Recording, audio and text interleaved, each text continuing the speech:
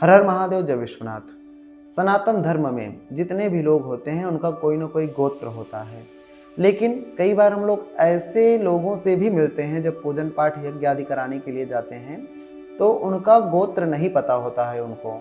तो उनके लिए जो अपने यहाँ शास्त्र में बताया गया है, पुराणों में, वेदों में बताया गया है, उसको आप सुनिए कि जिनका गोत्र नहीं पता होता है उनका गोत्र क्या होता है। गोत्र शब्द का अर्थ ये समझिए कि गोत्र शब्द का पाणिनि सूत्र में आया है कि अपात्यम पौत्र प्रभृति गोत्रम, अर्थात वंश परंपरा, कुल परंपरा को जानना ही गोत्र कहलाता है। अर्थात जिस भी ऋषि के हम लोग संतान होते हैं उन्हीं ऋषि का नाम हमारा आपका गोत्र कहलाता है। ठीक है, उन ऋषि में किन देवी देवताओं का पूजन किया गया है, यह सब कुछ हम लोग गोत्र के माध्यम से जानते हैं।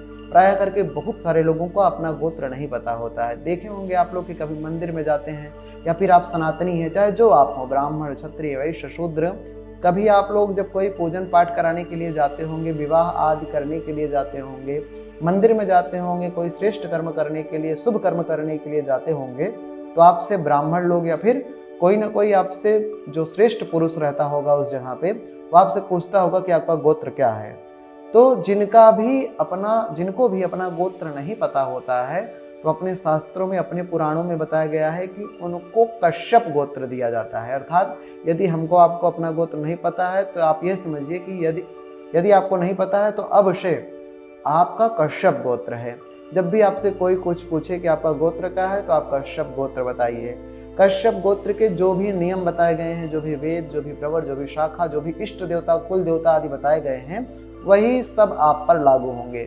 इष्ट देवता का मतलब ये होता है कि कई बार हम लोग व्यवसाय को लेकर, कार्य को लेकर परेशान होते हैं, परिवार को लेकर परेशान होते हैं। हम आप लोग कई बार बहुत ज़्यादा सोचते हैं कि किन देवी देवताओं का पूजन करें, कौन सा ऐसा कर्म करें कि जिससे हमारे सारे जीवन के कष्ट दूर हो जाएं और हमको आपको सुख मिलने लगे, हमारा आपका जीवन मंगल पूर्वक बीतने लगे, अर्थात सारे जीवन के दुख दूर हो जाएं। तो हम लोग बहुत परेशान होते हैं। तो कश्यप गोत्र के जो इष्ट देवता बताए गए हैं भगवान विष्णु हैं। तो यदि आप भगवान विष्णु जी का पूजन करेंगे तो निश्चित रूप से आपको बहुत ज़्यादा लाभ देखने को मिलेगा।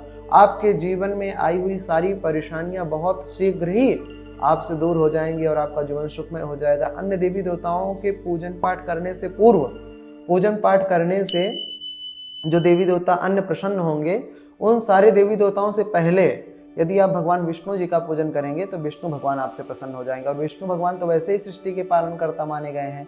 तो यदि आपको अपना गोत्र नहीं पता है तो आप विष्णु भगवान का, नारायण का पूजन करें, निश्चित रूप से आपको बहुत ज़्यादा लाभ मिलेगा।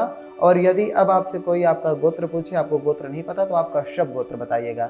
कश्यप गोत्र का जो संपूर्ण विचार है, संपूर्ण विषय है, इसके पहले वाला जो वीडियो हमने बनाया है वो कश्यप गोत्र का ही है, उसको देखिए और जानिए कि आपका वेद क्या है, आपका शाखा क्या है, आपका प्रवर क्या है, आपके कुल देवता क्या हैं, आपके लिए कौन सा अंग शुभ माना गया है और क्या करने से आपके जीवन में आपको हमेशा खुशियाँ प्राप्त होंगी। यह सब कुछ उस वीडियो में बताया गया है, आप जाके देखें और आप हमारे साथ ऐसे ही बने रहें। आपको हमेशा ज्योतिष से संबंधित और सनातन धर्म से संबंधित कुछ ना कुछ अच्छी जानकारी प्राप्त होती रहेगी।